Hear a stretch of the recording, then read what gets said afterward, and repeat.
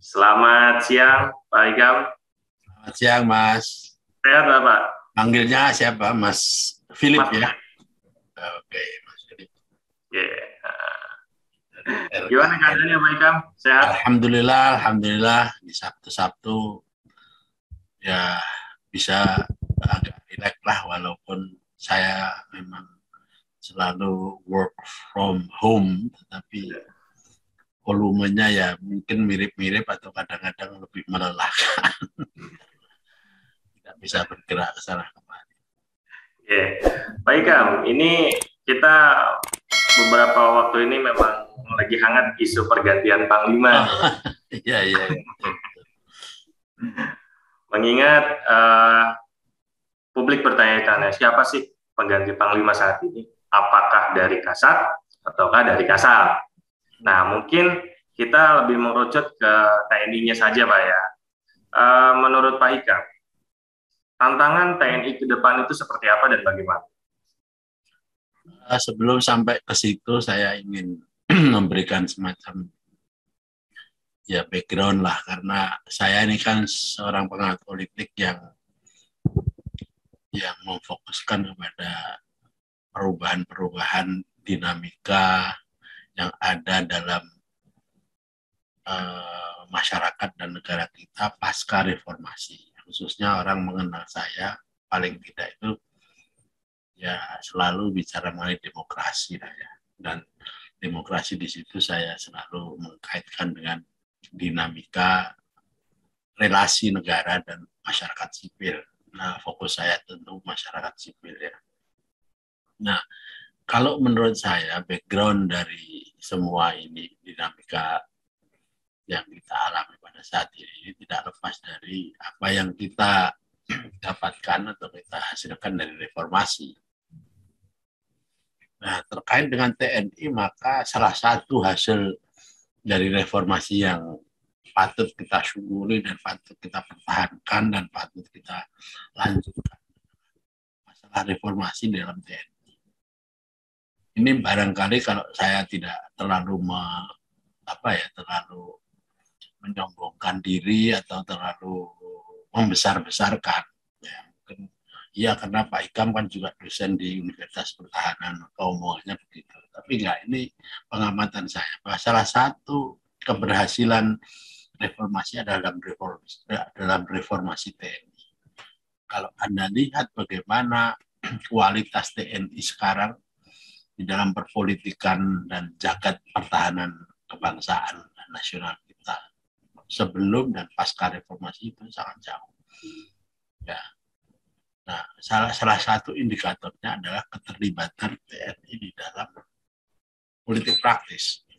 Tentu Anda tidak bisa mengatakan kalau itu TNI nggak berpolitik. Berpolitik dalam pengertian politik kebangsaan, politik kenegaraan.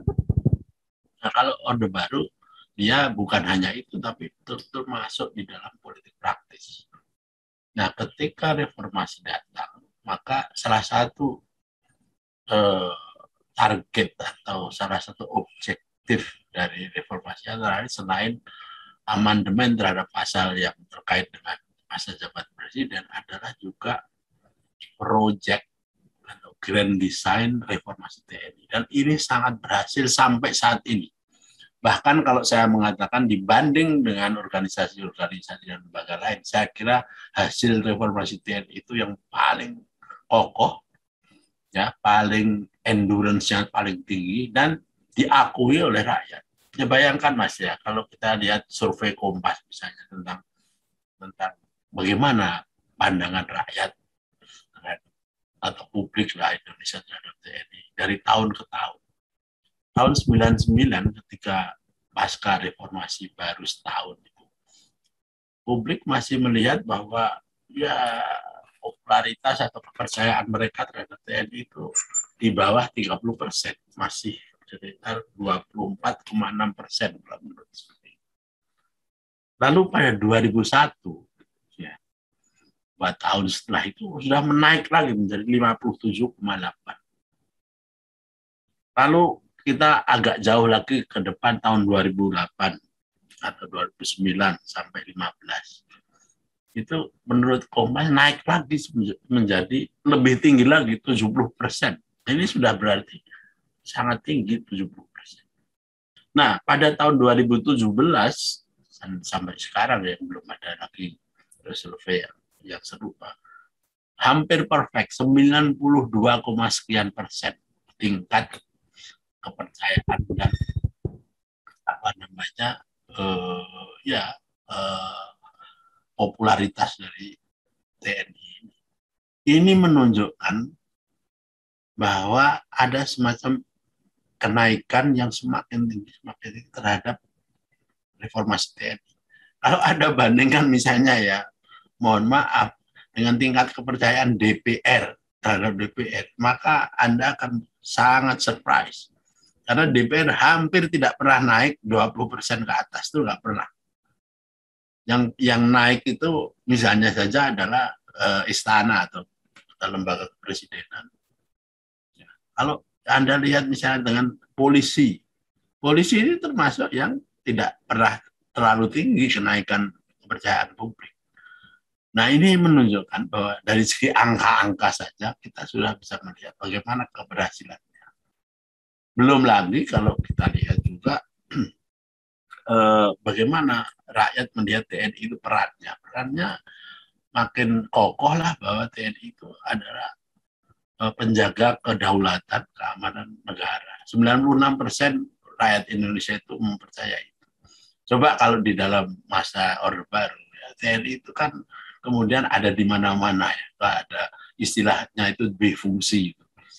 Ya, bahkan saya suka bikin joke TNI dalam masa Orde Baru itu yang belum diikuti itu hanya kontes ratu kecantikan aja, apa aja ada di situ, ya kan? Nah itu adalah menunjukkan qualitative difference dan ini harus kita syukuri dan juga kita support, kita pertahankan, kita kembangkan apa yang sudah ada. Nah oleh karena itu kalau kita sekarang bicara mengenai pergantian TNI, memang ini masalah strategis, masalah yang secara politis sangat menarik, ya apalagi orang Indonesia kan kalau sudah soal pergantian apa saja menarik, apalagi Bang. Tapi ya kita, kalau menurut saya Mas, kita harus wajar saja dan dalam konteks tadi itu bahwa sebetulnya ini adalah soal urusan biasa saja yang sudah rutin dilakukan sejak lama dan paling penting lagi, ini sebetulnya adalah perkara yang masuk dalam ranah prerogatif presiden. Nah, karena matra TNI itu cuma 3, nah sekarang yang sedang berjalan ini yang menjadi panglima adalah dari TNI Angkatan Udara, ya tinggal 2 lagi kan. Ya, kecuali kalau kemudian presiden itu ya balik lagi ke TNI Angkatan Udara. Ya oke-oke aja mau itu prerogatif. Tetapi ya tampaknya dari apa yang ada di media dan lain sebagainya ya kalau tidak laut ya darat. Nah darat ini kan sudah agak lama tidak menjadi apa namanya menggantikan gitu loh ya. Jadi ya mungkin saja kalau ya 2 itu sudah, makanya kepentingan ya kalau dalam soal konteks reformasi ini sangat penting karena dia akan melanjutkan apa yang sudah dicapai oleh TNI selama ini. Kalau saya begitu Mas. Iya, siap. Kemudian tadi mengenai apa peranan TNI dalam kancah perpolitikan. Nah, mungkin bisa dijelaskan lagi. Maksudnya dalam politik TNI apakah berbeda dengan situasi politik kebanyakan saat ini? Saya kira kalau tadi saya jelaskan bagaimana politik masa Orde Baru, itu kan TNI real sebagai apa yang disebut strategic political force, kekuatan politik strategis. Nah saat ini, apakah TNI tidak strategis dalam politik? Iya, sangat strategis, tetapi dalam politik yang different. Politik kebangsaan, bukan politik dalam menentukan hari per hari dan strategi permainan politik. Tidak ada yang namanya bifungsi lagi di dalam TNI. Jadi peran strategisnya itu beda dengan peran strategis pada masa Orde Baru. Kebetulan saya di Sesko AD itu sering diminta memberikan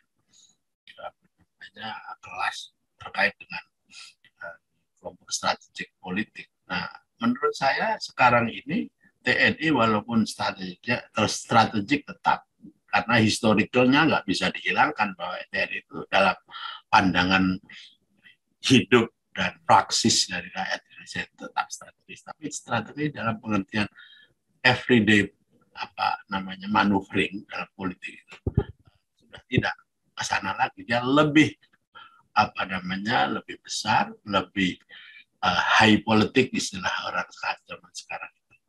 Oleh karena itu peran politik di TNI ini ya seperti itu sekarang ini. Jadi tidak mungkin ada kekuatan politik real itu yang tidak berpikir mengenai bagaimana nanti TNI kalau mereka melakukan hal-hal yang menyimpang di dalam fitahnya RI, misalnya soal radikalisme, misalnya soal politik identitas, misalnya soal nasionalisme yang digagu-gagu dengan perpecahan politik primordial. Dan TNI akan misalnya juga bagaimana separatisme yang merupakan bahaya yang masih mengancam secara real dalam politik kebangsaan dan integritas NKRI ini. Saya kira TNI dalam hal ini tidak mungkin akan kemudian mengambil jarak begitu tetap akan selalu bisa diandalkan. Kalau menurut saya begitu.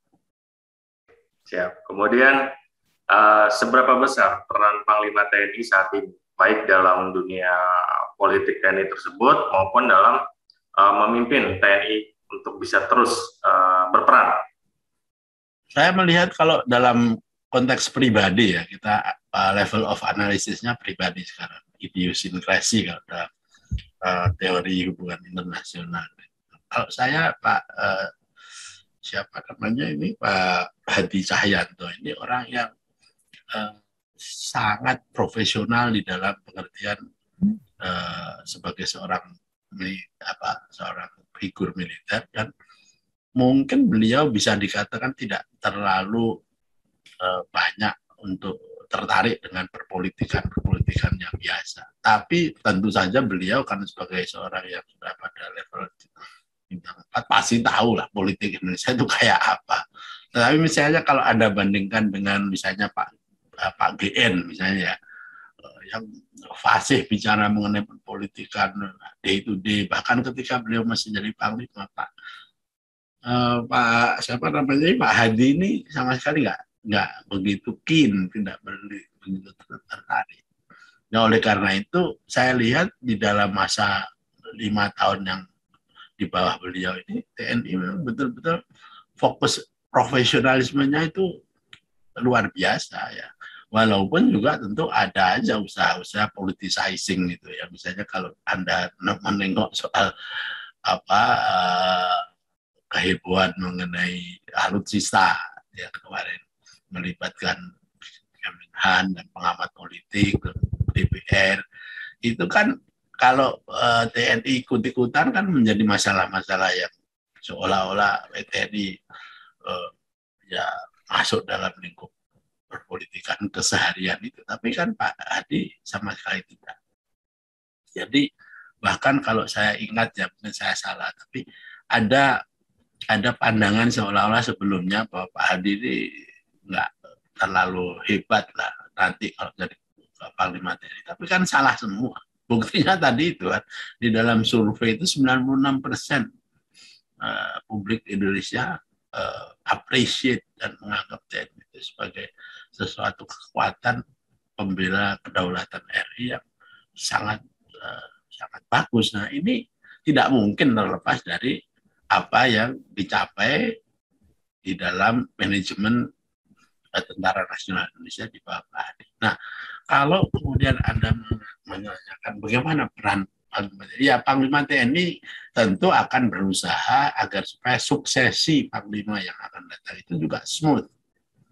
Dan smoothnya ini tentu dalam kisi-kisi yang memang diperkenankan. Dan beliau tentu memberikan masukan kepada Menteri Pertahanan, kepada Presiden tentu saja, bagaimana melanjutkan kepemimpinan tanpa meninggalkan hal-hal yang sudah dicapai, tetapi tentu memungkinkan semacam inovasi yang diinginkan atau diharapkan atau sedang berjalan tapi belum berlanjut dari TNI. Sebab apa? Sebab ya tantangan-tantangan TNI ke depan itu tentu tidak mungkin statik ya. Apalagi kita melihat geopolitik global, geopolitik regional, bahkan nasional pun kita sedang menghadapi dinamika-dinamika. Kalau nasional ya bagaimana kalau kita sudah mendekati pemilu kan dinamikanya akan lebih cepat lagi. Nah itu saya kira beliau juga mempunyai peran yang cukup efektif dan cukup strategis di dalam konteks pelanjutan suksesi ini, Mas. Saya tidak tahu kalau soal ini orangnya, saya kira kok ya enggak, karena tadi itu saya kira orang yang korek seperti Pak Hadi ini akan menyerahkan soal prerogatif kepada presiden. Presiden jauh lebih punya informasi dan punya kepentingan yang langsung soal itu. Yang ditinggalkan oleh Pak Hadi nanti itu kan sudah satu sistem yang berjalan, tinggal bagaimana apakah akan memperbaiki atau akan melanjutkan begitu saja dan seterusnya. Terakhir Pak Hikam, ya. Harapan Pak Hikam terhadap TNI dan kemudian terhadap Panglima TNI yang baru, siapapun yang akan menjadi Panglima nantinya. Saya tetap akan mencoba menjadi seorang pengamat ya, yang mengamati dinamika tadi itu, khususnya kalau pada TNI, apakah TNI akan tetap konsisten dengan apa yang menjadi amanah reformasi dan demokrasi. Demokratisasi kita ini kan sekarang sedang menghadapi apa yang disebut dengan situasi setback, Mas. Nah, kalau situasi setback ini kemudian tidak dicermati dan bahkan TNI apalagi di bawah pimpinan baru nanti semoga tidak ya kemudian ikut-ikutan bercampur, maka ya setback itu bisa jadi malah lebih parah. Karena salah satu implikasi setback yang kemarin saya bicarakan dalam sebuah webinar itu adalah godaan untuk kembali kepada otoritarianisme.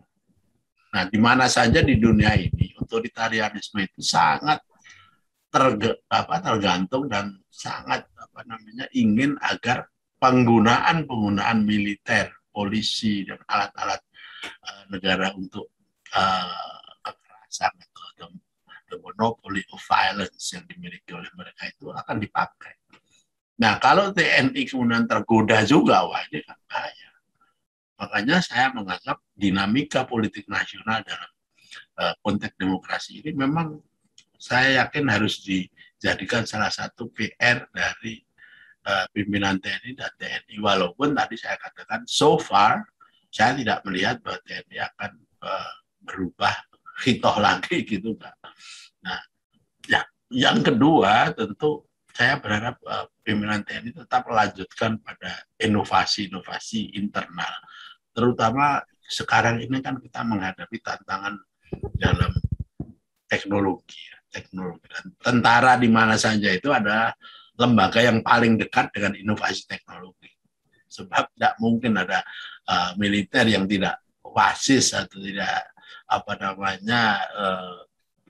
mengikuti perkembangan teknologi itu nggak mungkin. Nah, salah satunya adalah dalam cyber teknologi.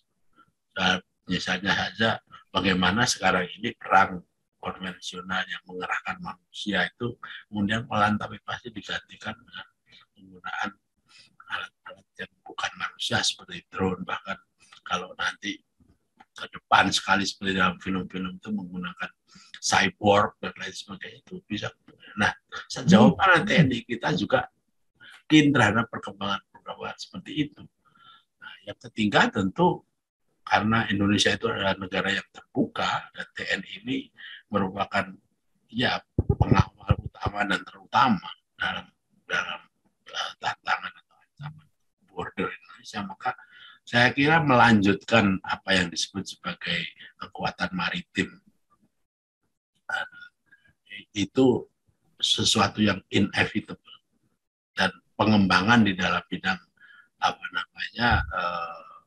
fasilitas infrastruktur dan yang terkait dengan penguatan maritime